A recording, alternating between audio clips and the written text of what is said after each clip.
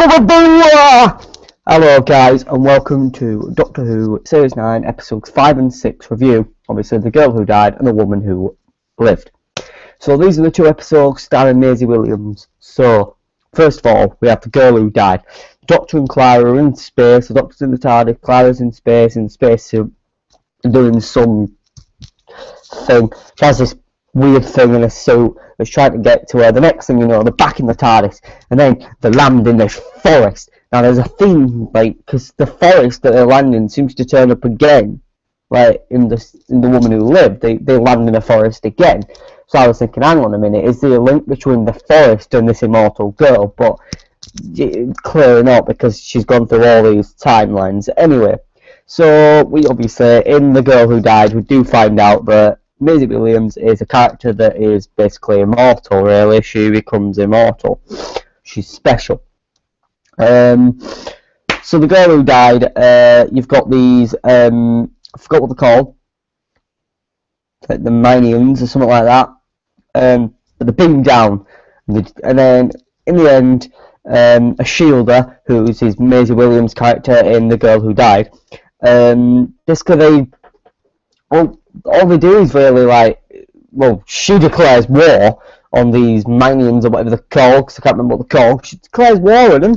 The next thing you know, they're preparing for war, but the Doctor has he doesn't have a plan. He's trying to find a plan by training these farmers to be warriors, and he does train them, and then he comes up with something, because obviously we go back to the kind of thing that Matt Smith did with Baby Talk and, like, Stormageddon and stuff, fire in the water, and then we learn that there are actually electric eels in the water, which is actually wrong, because there won't be electric eels, because electric eels are actually eels or something else, and there's all this gibberish about how they've actually got it wrong in the writing stage, but it's Doctor Who, anything can happen.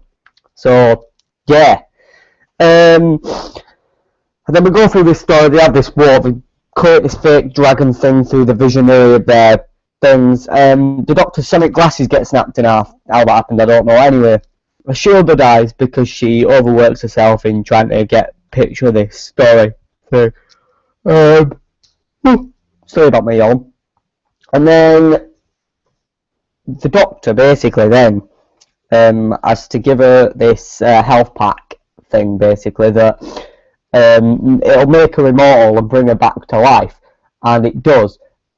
And then she's basically immortal, and she does have a spare immortality little repair pack, but she don't need it because hers will constantly keep repairing her because she's immortal. So that's basically how The Girl Who Died lived, and I loved that episode, The Girl Who Died. It was a good episode. It had a good story plot. You could see where it was going to go. Left you with a few different questions. One other thing that we got to see in this is we found out why the Doctor's face is the Doctor's face. We found out why how Peak Panther really became the Doctor, and basically what happened is the Doctor's trying to tell him that he chose this face because the Doctor's trying to tell himself that it doesn't really matter as long as you save someone or something like that. I can't actually remember, but then we got like a flashback that showed David Tennant and Catherine Tate, and I literally went and had an orgasm because it was amazing. Like, just seeing David Tennant in a new episode of Doctor Who, even though it was a flashback, it was amazing. It's just, that's what they seem to be doing this series. They seem to be flashing back and showing things from, like, all the episodes. Like, first two episodes, they were showing, like, all the Doctors in the background. Second episode, you've got the first Doctor and the fourth Doctor running and stuff. And it was good. So yeah. And then we get to The Woman Who Lived, and Maisie Williams has travelled, she's gone through time, and she is now a highwayman on the streets of London, and she's robbing people, and she's called the Nightmare. And the Doctor is trying to get this alien thing that Maisie Williams is also trying to get, and then the Doctor's like, you, and she's like, hello, old man. And obviously we had all that speculation that, hang on a minute, is she Jenny, is she Susie? But no, not Susie, Susan even. I do think Susan will come back at some point though. Pete probably does want Susan to come back, so I think when he finds Gallifrey,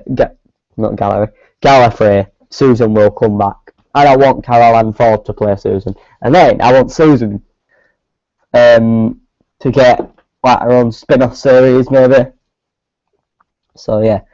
And then it goes through the episode and you've got this really weird lion guy, and why is he here, I don't know. It just comes out of nowhere. The thing that disappointed me about The Woman Who Lived, there was no real like alien plot, like there was no invasion until you get to end, and Rufus Hound's character, Sam Swift, the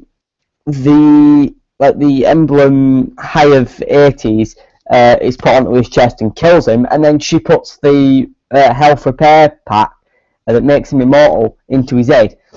And why? You know what? Why? Why is this? And then Maisie Williams obviously then realised, Maisie Williams' character, who she's called Me in this episode, because she's kind of gone through life having so many names. But one thing I did like is the fact that she was telling stories about how she helped through the 100 Years War. That actually wasn't 100 years, it was 104 years. So, the 100 Years War.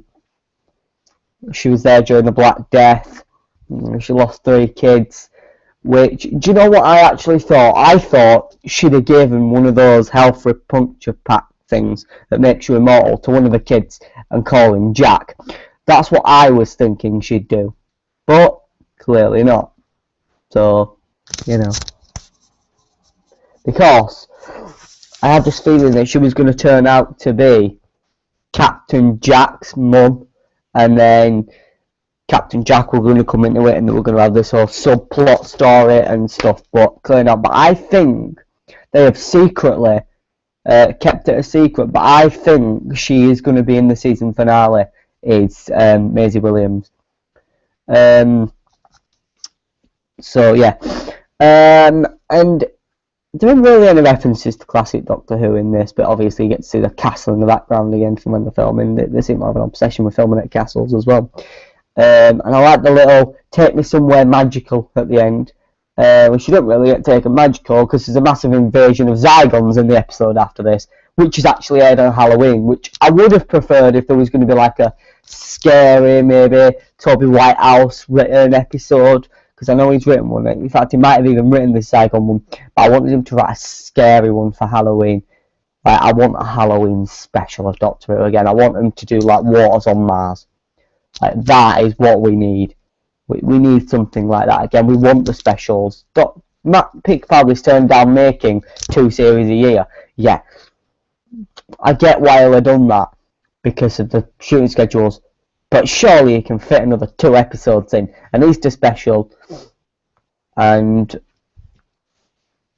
an Halloween special, and then you've got the Christmas special. But because of the way they air the series, they can't really put a Doctor Who special in unless they went, right, here we go, you got those 2 episodes, slap bang single 1 episode of Halloween special, and a week after that, part 1 of the new 2-part story, part 2 after that, part 1 of the 1-part story. Because what I like about this series is they are doing 2-part stories. Like, all the episodes are in 2 parts, so they basically turned it into like a movie series. It's like a franchise. Obviously Doctor Who is a franchise, really, but it is like a full-on movie franchise that they've kind of expanded and expanded and expanded, and Doctor Who is just, he's getting there, and it is coming back to the way it used to be. I can see that.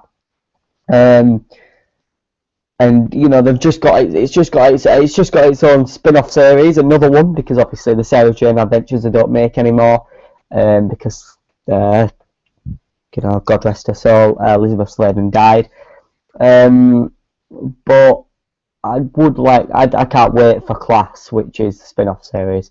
But I'd love for them to bring the Sarah Jane Adventures back.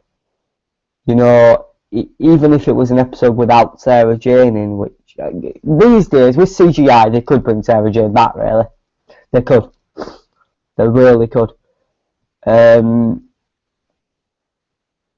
I would like to see Sarah Jane Adventures return again, or even maybe like the Luke Jane Adventures. Was it even called Luke Jane? Well, I can't remember. Luke Smith, yeah, Sarah Jane Smith, yeah. The Luke Smith Adventures or something like that, because and get like Rani and Clyde back and have it like as a gang like that. I would like, what I want to see is I do want to see in Class, I do want to see Luke, Rani and Clyde turn up and then say, oh, Sarah Jane's on her way, but not actually have her there, because unless she sort of cameoed, well, not cameoed, but they got someone else to sort of stand in for her and sort of did what they did with Paul Walker in Fast and Furious 7, but it would cost them an absolute fortune. But do you know what? The Doctor Who fandom would love it, and Class would get so popular if they did. I know they would. I could picture it doing that. Which, if I ever got the chance to, write an episode of Class, then I would definitely so do it. But I can't wait for Class to start next year, because that is going to be one highlight of the series next year.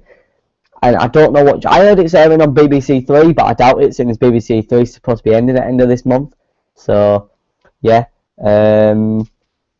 I think it'll end up being CBBC, like Sarah Jane Adventures, and I cannot wait for Series 2 of Eve on there. But that's nothing to do with Doctor Who, but yeah. Yeah, so you've got the woman who lived, and she then gives Sam Swift the immortal thing, and she's not alone anymore. There's someone else to be there for her, to give her this hope. But living forever as two immortal people, something's going to go wrong, and you're going to end up arguing, and something's just going to give you a massive outburst. Now, I do want to see these two return. One question I did have about these is, do they age?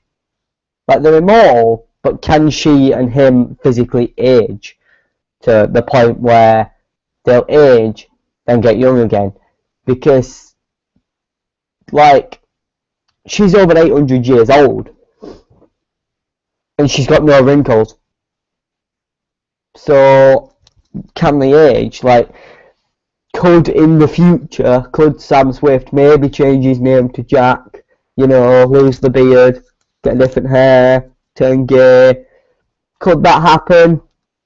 But